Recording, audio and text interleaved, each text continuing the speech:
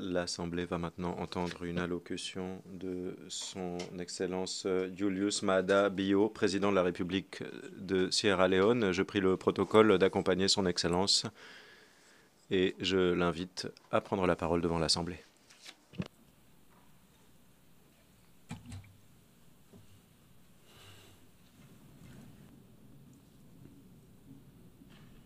President of the General Assembly, Madame la Présidente de l'Assemblée générale,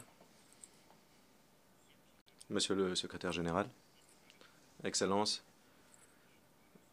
Mesdames et Messieurs, j'adresse toutes mes félicitations à son Excellence Annalena Baerbock suite à son élection en tant que présidente de l'Assemblée générale qui va conduire les travaux de cette 80e session historique de l'Assemblée. Je remercie son prédécesseur, son Excellence Philémon Yang, de son rôle de chef de file remarquable lors de la 79e session. J'adresse mes félicitations au secrétaire général, Antonio Gutiérrez, de son attachement sans faille aux idéaux de l'ONU dans le contexte de cette période de plus en plus turbulente.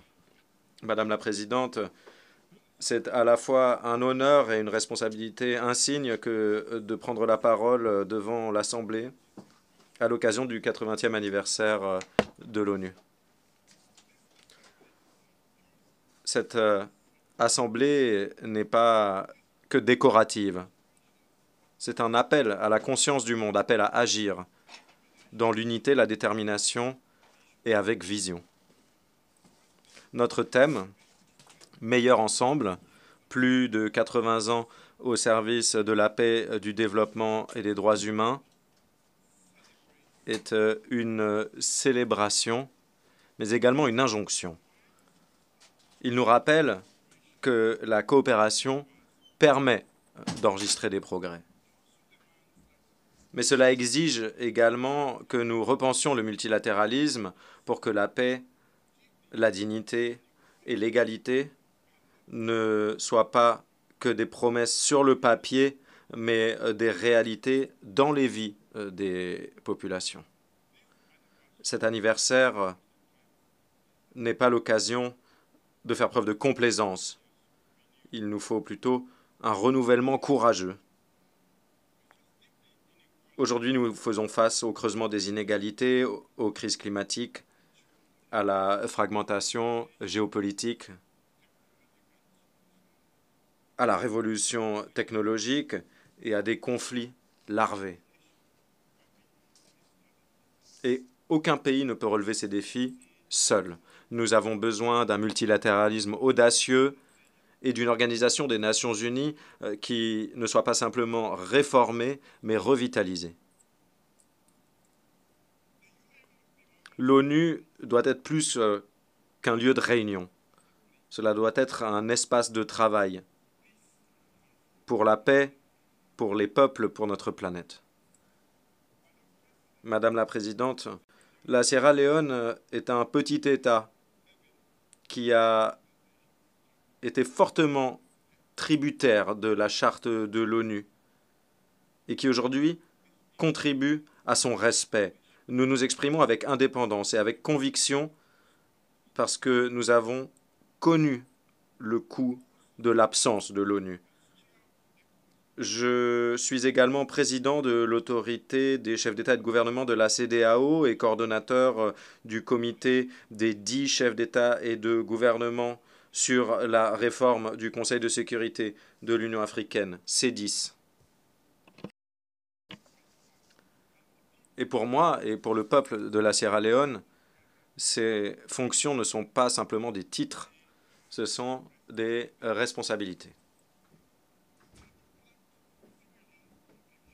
qui montrent la conviction de la Sierra Leone selon laquelle le multilatéralisme axé sur des principes est la meilleure défense du droit, de l'équité et de la paix. Depuis 1945, les promesses de la charte d'égalité souveraine, de non-agression et de dignité humaine sont la pierre angulaire des petits États comme nous. En 1961, lorsque la Sierra Leone a pris la parole pour la première fois devant l'Assemblée, notre Premier ministre, M. Milton Margai, s'est engagé à ce que notre voix soit indépendante et fondée sur des principes non pas guidés par l'amertume, mais par les convictions. Et cette promesse reste notre boussole aujourd'hui. Nous défendons la justice et l'égalité. Nous respectons le droit de tous les peuples à disposer d'eux-mêmes. Nous disons la vérité en face aux puissants et nous agissons pour défendre l'humanité et l'état de droit. Les petits États ne sont pas intrinsèquement petits. Notre souveraineté est égale et nos responsabilités sont les mêmes. Le leadership, ce n'est pas la voix la plus bruyante dans la salle. C'est la voix qui s'exprime le plus clairement pour la justice. Madame la Présidente, notre mandat actuel au sein du Conseil de sécurité de l'ONU n'a fait que renforcer ces convictions. Guidés par la charte, nous avons défendu la paix par le dialogue, fait respecter le droit international et promu la prévention qui est la première responsabilité de la sécurité collective. Nous avons épaulé les efforts visant à stabiliser l'Est de la République démocratique du Congo, visant à faire baisser les tensions au Moyen-Orient et appuyer les transitions politiques au Liban et en Syrie pour la paix et la stabilité. Nous avons également constaté les limites du Conseil de sécurité, sa paralysie face à des souffrances humaines considérables. Et c'est à Gaza que cet échec a été le plus déchirant. Un génocide qui aurait pu être évité, mais qui n'a pas été évité. Une famine de masse qui aurait pu être évitée, mais qui n'a pas été évitée. La solution des deux États, qui bénéficie d'un large soutien, mais qui est entravée par la division et l'inaction. Dès lors, nous saluons les États membres qui ont annoncé récemment, enfin, leur reconnaissance de l'État de Palestine. Et pourtant, il y a encore beaucoup à faire. Nous devons mettre un terme à la guerre et garantir la libération de tous les otages et prisonniers. La Sierra Leone n'a pas tremblé. Nous nous sommes exprimés avec indépendance. Nous avons voté sur la base de nos principes et nous avons exhorté à agir de manière urgente pour faire cesser les atrocités et faire revivre l'espoir. Et nous le redisons, il faut un cessez-le-feu maintenant à Gaza. Un cessez-le-feu maintenant au Soudan. Un cessez-le-feu maintenant en Ukraine. Il ne s'agit pas que de slogans. Il s'agit d'un appel aux consciences, d'appel à agir.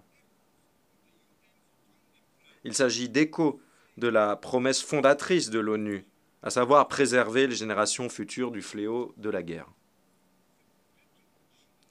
Un veto ne devrait jamais être un verdict contre l'humanité. Madame la Présidente, de par le monde, l'autorité et la légitimité de l'ONU sont mises à l'épreuve. Avec un respect sélectif du droit international, un mépris des résolutions du Conseil de sécurité et de l'Assemblée générale, un refus de financement, des attaques contre les soldats de la paix et les travailleurs humanitaires, une désinformation qui érode la confiance et une dépendance excessive vis-à-vis des actions unilatérales. Pour les pays comme la Sierra Leone, il ne s'agit pas là d'un débat abstrait. Nous savons ce que signifie une organisation des Nations Unies qui fonctionne. Pendant notre période la plus sombre, lors d'une des guerres civiles les plus brutales de l'histoire moderne, l'ONU s'est tenue à nos côtés. La mission des Nations Unies en Sierra Leone, l'une des opérations de maintien de la paix les plus importantes de son époque, a contribué à désarmer plus de 75 000 combattants, rétablir la gouvernance civile et appuyer des élections démocratiques. Le tribunal spécial pour la Sierra Leone et la commission Vérité et Réconciliation, deux organes appuyés par l'ONU, ont garanti la justice et la réconciliation. Lorsque le Bureau intégré des Nations Unies pour la consolidation de la paix en Sierra Leone a fermé en 2014, ça a été le signe de quelque chose de rare dans notre monde, une transition réussie de la guerre vers la paix. Nous avons vu les casques bleus dans nos rues. Des bulletins de vote ont été restitués aux citoyens et notre pays a pu à nouveau respirer.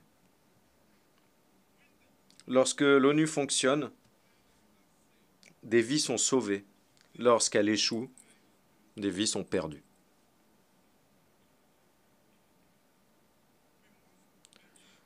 Nous devons veiller à ce que l'ONU porte ses fruits pour tout le monde.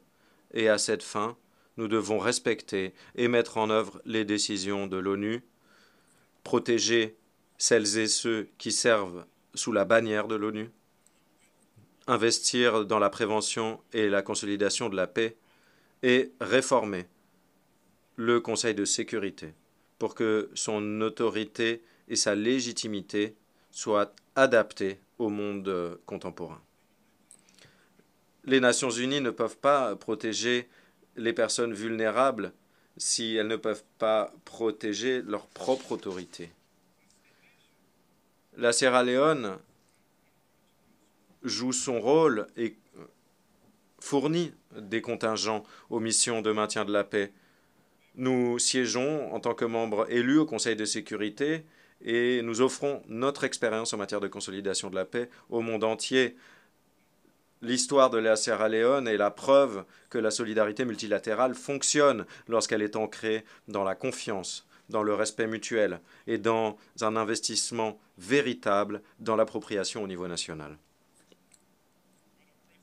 Madame la Présidente, la paix est inséparable du développement.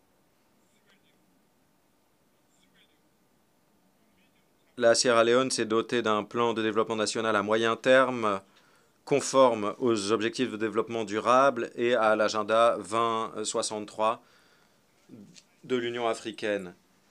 Et nous mettons l'accent sur une croissance axée sur les personnes. Nous transformons notre secteur agricole pour garantir la sécurité alimentaire. Nous investissons dans l'économie numérique qui promeut l'inclusion et l'innovation.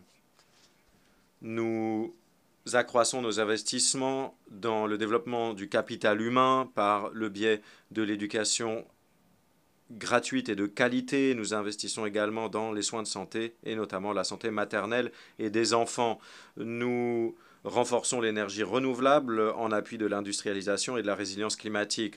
Les changements climatiques représentent une menace existentielle pour la Sierra Leone. Nos émissions de gaz à effet de serre sont négligeables.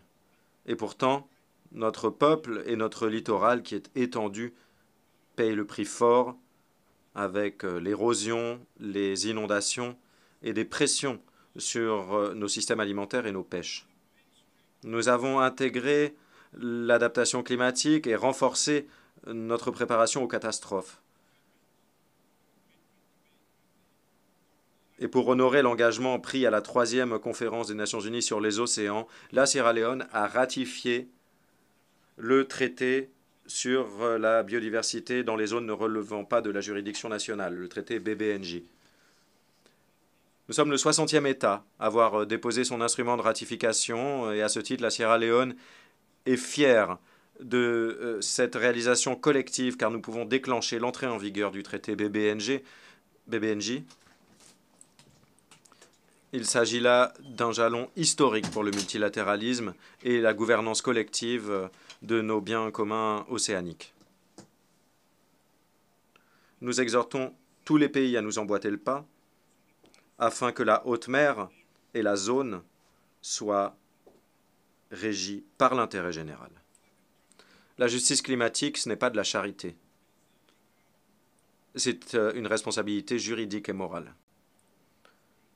Si les plus pauvres doivent payer le plus lourd tribut sur le plan climatique, eh bien, il n'y a pas de justice. Les pays développés doivent honorer leur engagement, 100 milliards de dollars par an, au titre du financement de l'action climatique, des transferts de technologie et du renforcement des capacités. Nous nous félicitons de l'avis consultatif de la Cour internationale de justice sur le changement climatique, affirmant les obligations des États à prévenir des préjudices environnementaux et à protéger les générations futures. C'est dans cet esprit que la Sierra Leone est fière de présenter la candidature du professeur Charles Chernor Jallow à la Cour internationale de justice. Il s'agit d'un juriste éminent et d'un fervent défenseur de la primauté du droit. Avec respect, nous sollicitons le soutien de tous les États membres lors des élections du 12 novembre cette année. Madame la Présidente, en tant que président de l'autorité des chefs d'État et de gouvernement de la CEDEAO, je prends note avec fierté du 50e anniversaire de notre communauté. Pendant 50 ans, la CEDEAO a incarné l'intégration régionale et la sécurité collective, agissant souvent de manière décisive alors que d'autres étaient dans l'hésitation. La CEDEAO a agi rapidement dans le cadre du processus de paix en Sierra Leone, avant et aux côtés de l'ONU, pour mettre un terme à notre guerre civile. La CEDEAO a agi également au Libéria, en Gambie et ailleurs pour défendre la démocratie et stabiliser la région. Il s'agit là de solutions africaines aux défis africains, ouverts aux partenariats mondiaux, ancrés dans la légitimité et la confiance au plan régional. Les partenariats avec l'Afrique doivent passer des promesses à la pratique. En tant que président de l'autorité de la CEDEAO, je me suis récemment lancé dans une tournée régionale, avec notamment une deuxième visite au Burkina Faso en 2 ans. Il s'agissait là de démontrer la solidarité et de rétablir la confiance entre les États membres de la CEDEAO et l'Alliance des États du Sahel. Je salue le rôle de chef de file du Burkina Faso, de sa volonté d'échanger, et j'attends avec intérêt de poursuivre notre dialogue avec les autorités du Mali et du Niger. En ma qualité de président de l'autorité de la CEDEAO, j'ai mis l'accent sur les éléments suivants. Faire avancer et préserver la gouvernance démocratique avec un engagement ferme à respecter l'ordre constitutionnel et à être fidèle à la volonté du peuple. Ensuite, lutter contre le terrorisme et renforcer notre architecture de sécurité régionale avec notamment l'opérationnalisation de la force prépositionnée de la CEDEAO et la mise en œuvre de stratégies de lutte contre le terrorisme. Améliorer l'intégration économique en promouvant la libéralisation des échanges commerciaux, en développant les infrastructures transfrontalières et en enregistrant des progrès vers une devise commune de la CEDEAO. Renforcer la crédibilité des institutions par le biais de réformes qui encouragent la transparence, l'efficacité et des services centrés sur les citoyens. Nous exhortons les Nations Unies à renforcer leur partenariat avec la CEDEAO et d'autres mécanismes régionaux africains dans l'esprit du chapitre 8 de la Charte de l'ONU. L'Afrique n'est pas un problème à régler. L'Afrique est un partenaire qui doit être émancipé. Madame la Présidente, Lors du mandat de la Sierra Leone en tant que membre élu du Conseil de sécurité en 2024 et 2025, nous avons souligné les défis sécuritaires urgents en Afrique occidentale et au Sahel, où le terrorisme et l'extrémisme violent transcendent les frontières et déstabilisent la région tout entière. Pour autant, l'absence de représentation permanente pour l'Afrique continue d'entraver la capacité du Conseil à agir de manière décisive et de manière adaptée au contexte.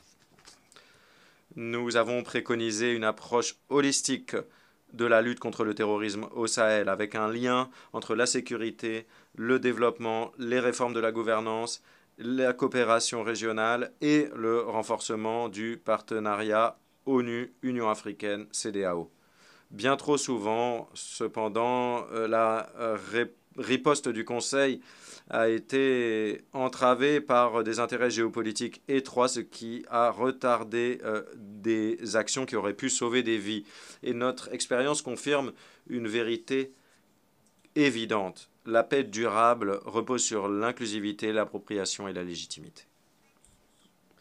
L'équilibre structurel du Conseil mine sa crédibilité et doit être corrigé pour préserver notre sécurité collective. Madame la Présidente, en tant que coordonnateur du comité des 10 de l'Union africaine sur la réforme du Conseil de sécurité, je m'exprime au nom d'un continent qui reste exclu des sièges permanents au sein du Conseil. L'Afrique abrite 1,3 milliard d'habitants. C'est le plus gros bloc régional de l'ONU. Et pourtant, l'Afrique n'a toujours pas de siège permanent. C'est injuste et intenable.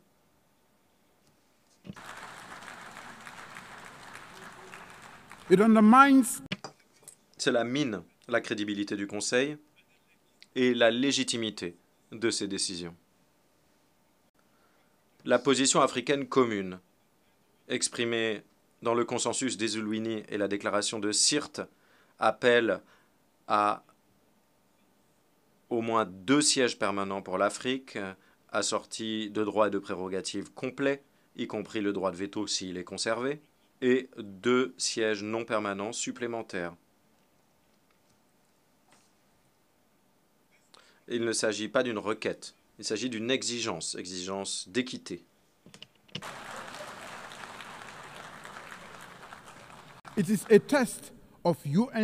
C'est un test de l'engagement de l'ONU en faveur de la justice et de sa propre charte. Lors de notre présidence du Conseil de sécurité, en août de l'année dernière, nous avons donné une visibilité sans précédent à cette question.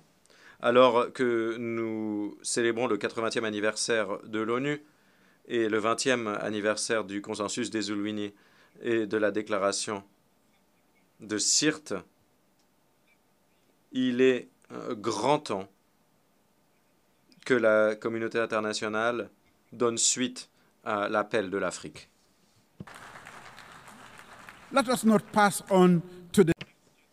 Ne transmettons pas à la génération suivante un Conseil de sécurité qui échoue à être représentatif du monde qu'il sert aujourd'hui. Madame la Présidente, à 80 ans, l'ONU doit se tourner vers l'avenir. La Sierra Leone est prête, engagée en faveur d'un multilatéralisme de principe, prête à s'exprimer avec indépendance et conviction et à travailler pour la justice, la solidarité et la dignité de tous les peuples. Que cet anniversaire soit un tournant, mesuré non pas à l'aune des discours que nous faisons, mais du service, à l'aune non pas des déclarations, mais des résultats. Bâtissons une organisation plus représentative, plus réactive et plus résiliente. Le monde n'a pas besoin d'une organisation plus bruyante. Le monde a besoin d'une organisation plus courageuse.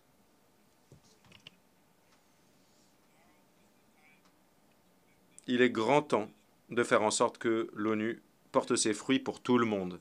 Ensemble, bâtissant un avenir de paix, de prospérité partagée et de dignité humaine. Car dans l'unité, nous ne sommes pas seulement meilleurs, nous sommes plus forts. Merci.